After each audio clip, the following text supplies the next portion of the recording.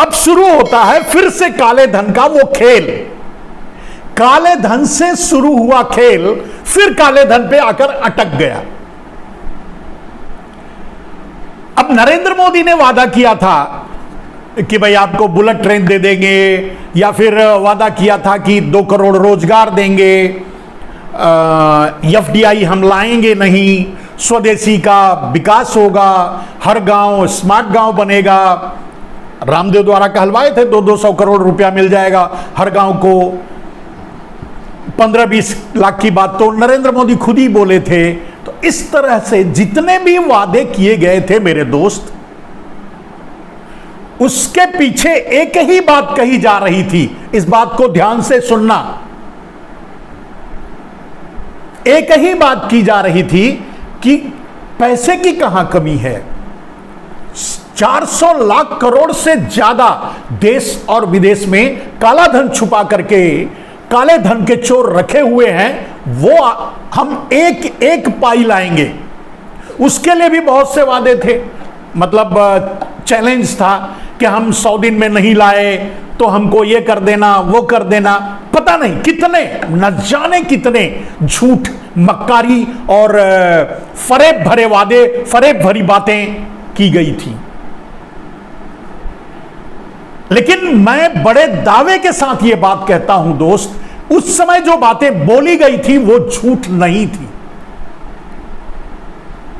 और वो उस समय जो बातें बोली गई थी वो असंभव भी नहीं था, बशर्ते नरेंद्र मोदी ईमानदार होते तो। और पतंजलि में सबसे ज्यादा इसी बात के लिए लड़ाई होती थी कि नरेंद्र मोदी तो पहले से ही बेईमान है, और गुजरात वाले ही लड़ते थे। गुजरात वाले भी ही सामने लाते थे कि नरेंद्र मोदी विश्वास के काबिल नहीं है। उन्होंने तो ये अडानी को ये दिया, उन्होंने तो इनको दिया, उन्होंने तो चीन को ला दिया। ये सारी बातें होती थी। और फाइनली आपको कई बार बता चुका हूं कि रामदेव तब आते थे, मैदान में उतरते थे और बोलते थे कि अगर कांग्रेस फिर से आ गई तो पतंजलि पर बुलडोजर चल जाएगा। इसलिए सब चुप हो जाते थे और नरेंद्र मोदी के पापों पर पर्दा पड़ जाता था और सब फिर से पीछे खड़े हो जाते थे रामदेव के, इनडायरेक्टली नरेंद्र मोदी के लिए। यह हो रहा था एक बहुत बड़ा छल और धोखा। लेकिन उस समय जो कहा जा रहा था मेरे दोस्त, वो सच था और वो संभव भी था। वही बात मैं आज आपको बता रहा हूं। वो सच भी था और वो संभव भी था। कैसे? बात 400 लाख करोड़ से ज्यादा के काले धन की है।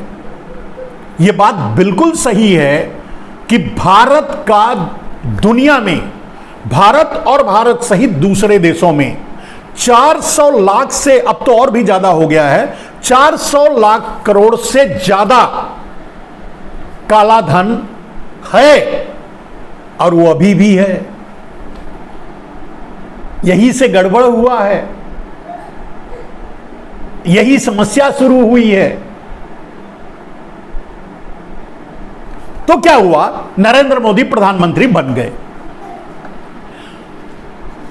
अपने वादे के अनुसार अगर नरेंद्र मोदी प्रधानमंत्री बनने से पहले भारतीय जनता पार्टी, नरेंद्र मोदी और सभी भारतीय जनता पार्टी के नेताओं का वादा भरा लेटर है, उसकी कॉपियां हमारे पास हैं।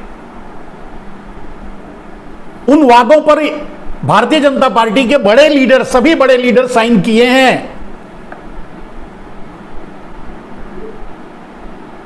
जिनमें यह कहा गया है कि काले धन को राष्ट्रीय संपत्ति घोषित की जाएगी और काले धन को लाया जाएगा, और काले धन के नाम पर ही, काले धन की बात को आगे लाकर ही यह बात कही गई थी, यह वादा किया गया था और यह विश्वास दिलाया गया था इतने बड़े परिवर्तन की। काले धन से बुलेट ट्रेन आ जाएगी, काले धन से हमारा कर्जा खत्म हो जाएगा, भारत पर जो लोन है वो खत्म हो जाएगा, काले धन से हमको टैक्स नहीं देना पड़ेगा, काले धन से हमको पैसे बाकी सब चीज सुन ही चुके हैं। और वो सच था और वो सच होता। लेकिन कैसे सच होता जब संसद में काले धन को राष्ट्रीय संपत्ति घोषित किया जाता। दुनिया के दूसरे देश इसी तरह से अपने काले धन को स्विस बैंकों से या विदेशी बैंकों से वापस लिए हैं।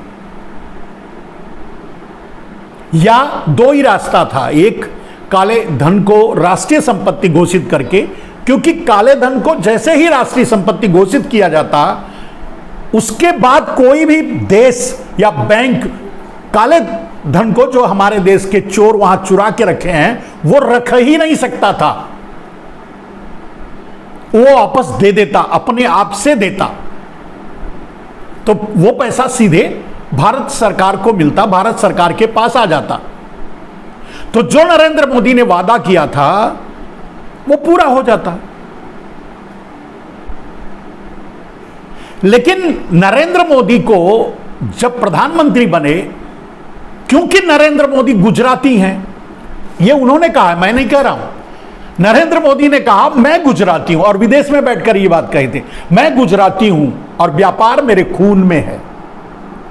तो हालांकि नरेंद्र मोदी गुजराती हैं, व्यापार करना उनका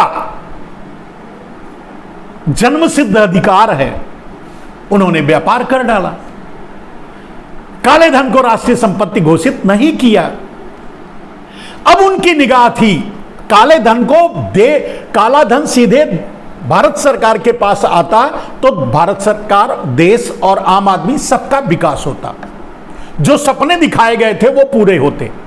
लेकिन अब नरेंद्र मोदी अपने सपने पूरे करने के में लग गए, देश को भाड़ में झोंक दिया, पीछे कर दिया। और जिनसे इन्होंने वादा करवाया था उनको धमकाकर चुप करा दिया, जैसे रामदेव जैसे लोगों को एसपीजी लगा दिया, एक तरह से हाउस अरेस्ट कर लिया, बोलोगे तो ठोक देंगे।